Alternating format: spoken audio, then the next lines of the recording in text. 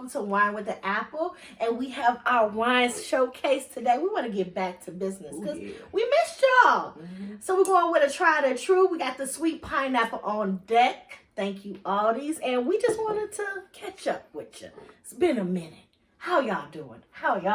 It's been a long time. I feel like I have not been speaking to our audience for months. Literally months. So the last time we talked to you guys was Thanksgiving, and we talked about what we were thankful for. Yes, that was the last one. Okay. And now let's talk about like before winter break. I know it was a while ago. How were we feeling before winter break? How were the kids feeling? What was the vibe? I think there was an urgency to be on break. Like, I think there was like an urgency, not just for the students, but also the teachers. You know. And you could definitely tell the effects that this whole like COVID thing has happened, because my kids were like, "Are we coming back?" The whole time. The pattern. They're used to that pattern from the past. We don't know if we're coming back for sure or not. And then it happened. We didn't come back. I agree with that. I noticed that we were in a rhythm and in the groove, but at the same time, I was tired. The kids were tired. They felt like they learned a lot, but they needed a break.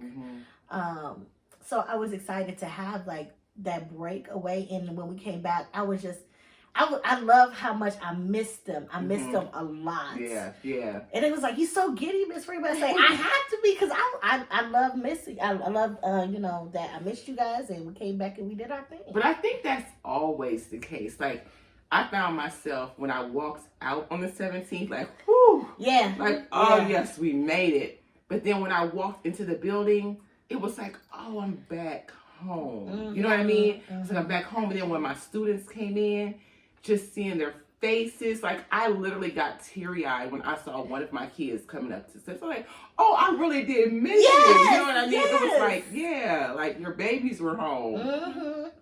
And did you guys have any anxieties about COVID before we came? For me, not really. I feel like we've kind of been doing this, and at this point, it's like, if it's gonna happen, it's gonna happen. I'm there too. That's exactly how I felt, Maddie, because I'm like, we know it's going to happen, and why be anxious about it? You know what I mean? It was kind of like, you're darned if you do, you're darned if you don't, you know? So it was okay. I just was really excited to see the kids. Now, I will say that I think that the procedures that were put in place upon us coming back, at least somebody was thinking about the potentials that could happen. So I was glad at least the thought was there. That made me feel a little bit better. But at the same time, it's like, it's unavoidable. It is. I agree. I think I was more concerned about coming back and should I reteach procedures? Yeah. Like, are my kids going to get into the groove of things? This semester I have a student teacher. So I was trying to be very mindful on how to integrate like this brand new person into my room. Like, of course, COVID to me is I always want my students to be safe, but now I'm thinking like, how do I tailor our classroom experience to this new person who's trying to learn in my room? And did you have to go over procedures this week? Not really. Me either. And I'm like, it was just like hallways. So smooth. It was smooth. We got like 7 horseshoes this week. I think they were happy to be back as well. And we had some changes when we came back to school, because our students are not allowed to move during their prep classes. So we want to keep the bubble. Yeah, so there's new protocol in place for these couple of weeks. And they actually accepted all of those changes very well. Like, I always cleaned. But like, I'm cleaning like 2 folds now. And they're so receptive to, like, one morning I forgot to hand out the wet wipes. And they're like, Miss Keys, where are the wipes? I'm like, okay, so the transition back has actually been so smooth. I'll have to say, like, these students this year are probably the most flexible I've ever had. Like, Yes. Be like, oh, we don't have a class today. Okay, cool. Like, they just, there's no complaining. They just go with the flow. It's really nice. The resiliency I get is awesome. What do you think that's going to do to them as adults? How do you think they'll look back at this time in their life. Because like when I think back to fourth grade, there was nothing traumatic like going on, and we deal with students who already have trauma in their lives. I'm just wondering, sometimes I just wonder, like, how is this going to affect them as humans? I feel like they have not had stability in their life since they were like, second graders? And I think it's going to affect them a lot. And even like when you talk to them about like even what's going on in the world or like violent stuff, they're just numb to a lot of things. Yeah. And it's kind of scary because there's, you know what I mean? I don't know how to explain it, but it's just kind of like, I think this generation is going to be more self-aware of themselves and what changes they want to make on the world. I think for me, I see a lot of kids who are very aware of, like you said, like the news especially,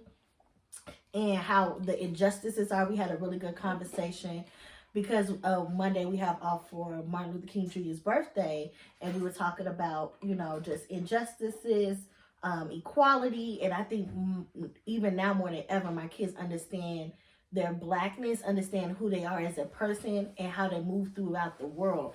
So I think that is the biggest difference. Before, you know, in fourth grade, before they were just kids, but now they're like kids with this higher sense of self. Yeah, they love who they are. Yes, they are. Yes, they do. And it's so weird that this was even brought up because last night my daughter and I, we were talking, and my daughter, she'll be 24 on Valentine's Day. Shout out to my Riri girl. But anyway, we were talking about just this same topic. And she's like, Mom, I don't think when I was growing up, I really was aware of the diversity aspect. She said, because I always grew up in a diverse setting. Like, no matter where I went to a school where there were, you know, black people, there were white people. Some of my friends were biracial. So she didn't see a lot of shit. I don't remember like feeling like there was a lot of prejudice. She said, now I will say that I've heard, you know, like the N-word being used derogatorily, but it didn't affect her. Yeah. And so I'm like, that's so weird that, you know, some 20-something years ago, that didn't really affect you, where now kids are so, like you said, they're so intuitive with who they are. Because in our school, it's predominantly African Americans, and I have one Caucasian student in my room, and though I don't know how to say this, I think the way that they interact with each other is so sensitive. Like, nobody can say something harsh, or they're like, oh, you're being racial. You know what I mean? It's just that whole sensitivity that the world has put on them. And I'm just like, so they've gone through the racial aspect, because that's all in the news. They've gone through this isolation period. They've gone through this, you know, tragic, you know, pandemic. And it's like, what does that do for them as adults? They're grown. They're grown. They're grown. They're grown. Yeah. And hence, like you said, why things don't really bother them that much. They're able to adapt much better than, you know, we would have as a child. Absolutely. And I hope for their future as the future leaders and movers and shakers of the world is that they take more of a helm and start movements and speak out and use social media in a more of a productive way. Like, I'm a big TikTok fan. I'm always seeing what the kids are doing on social media and how they're using their voice in more of the multimedia space that we ever could have done. So I just want them to use all of these experiences for good and really making that social impact. Okay. Oh, yeah. Wow. Okay, so I mean, we got kind of deep there.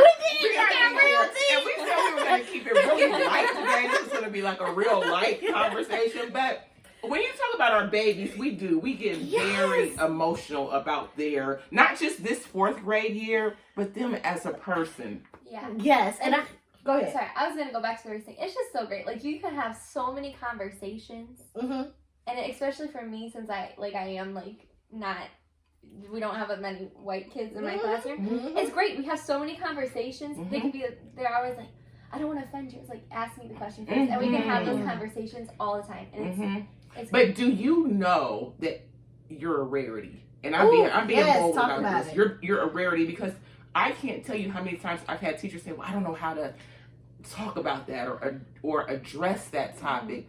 And you just have it. Mm-hmm. You have the conversations. You welcome those conversations. And me having one Caucasian student in my room, we welcome those conversations as long as we're being polite, as long as we're being open to understanding others' differences.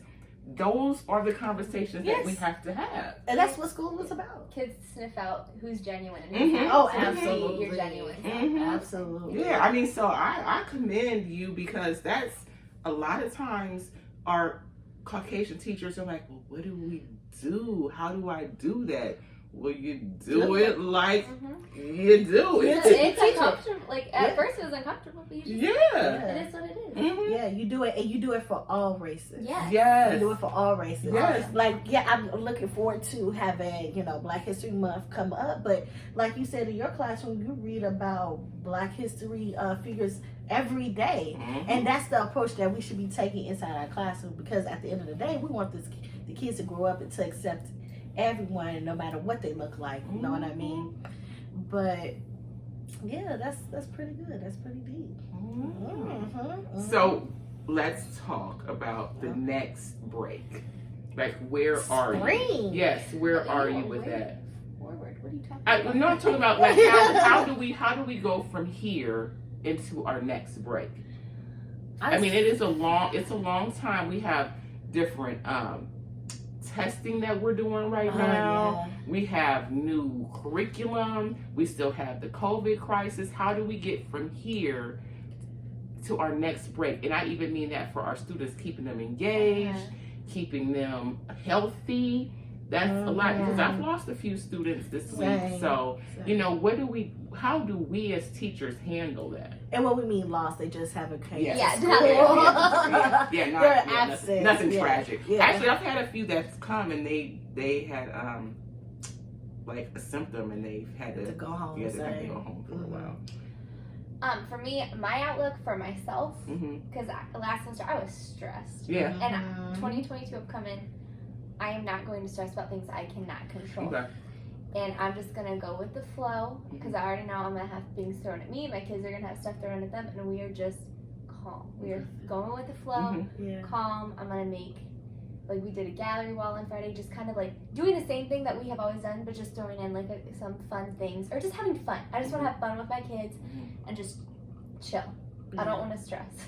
Yeah, I think for me, I just want to enjoy the moments. I'm seeing now my kids. I have a student who is really reserved. She doesn't really like to talk in front of big groups. And to see her this week just kind of blossom a little bit. I had one like that too. Yes, we played some games and she was actually participated. She got up and she spoke. And so I want to hold on to those moments. Just making sure that I highlight my students, that I enjoy being in the moment with them and having fun with them at this point. Because they get the expectations in my room. They get, how we run the classroom. So now what can we do to just enjoy our time before we go to the next break?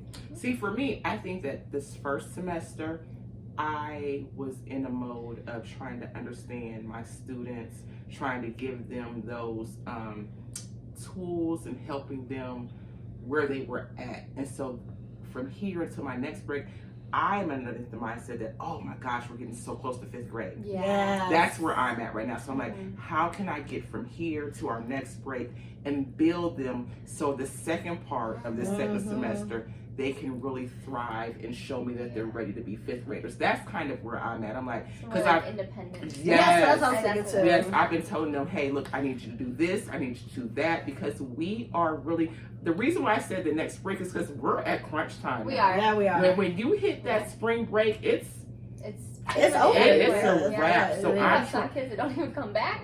Sometimes. So I'm really trying to make sure they understand that this is the time to show me what you can do. You know. It's so funny that how we're all on the same page, because I definitely just put that in my morning meeting this week. And we really haven't had a chance to like chat this week because we've been so busy. Like you know, we're a very collaborative team. We take our time to talk, but just after school is what we do. I feel like our most collaboration, and we just been kind of doing different things. But I'm glad to see that we still on the same page, Yes, y'all. we are. I love that for us. Yeah.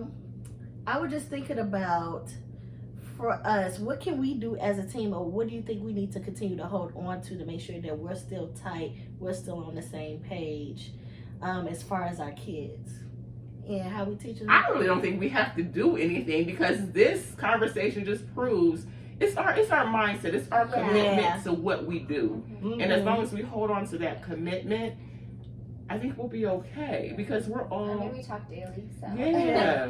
But I missed you guys. Can I be honest? Like, because I have a student teacher and I've been Yeah. spending that time after school with her, of course, to set her up for success.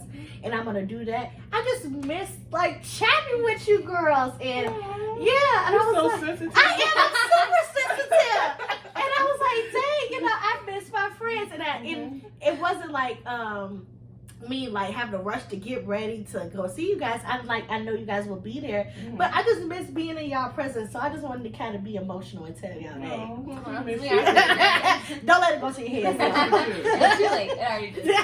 Oh, she's so sensitive.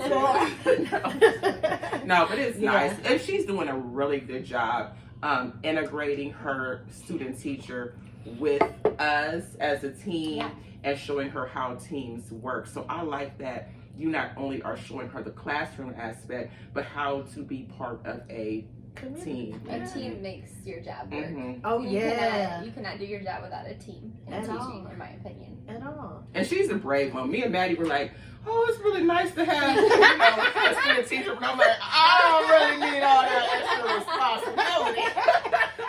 But it is. It's, That's a lot of paperwork. I'm like, that is so nice. But she would be, you would actually be the right one for that role. So, I appreciate yeah. it. So that's how funny it is, the paperwork. But on that note, It's nice to be back. back. It is. It's nice to be back. Mhm. We missed you guys for sure. I want you to tell us down in the comments, how was all of your breaks, Thanksgiving, Christmas? What are you looking forward to this year as a parent, as a teammate, as a coworker, as a person who is a stakeholder in education? What are you looking forward to this year? And how are you guys handling Yeah. the pandemic? Being it, if you do have kids, if you don't, school-age kids, what are some things that you look for from teachers during this time so that we can be, you know, a better service to you and your home? Absolutely. Let us know. Absolutely. And that is it. And we'll see you in the next week's. Bye. Bye.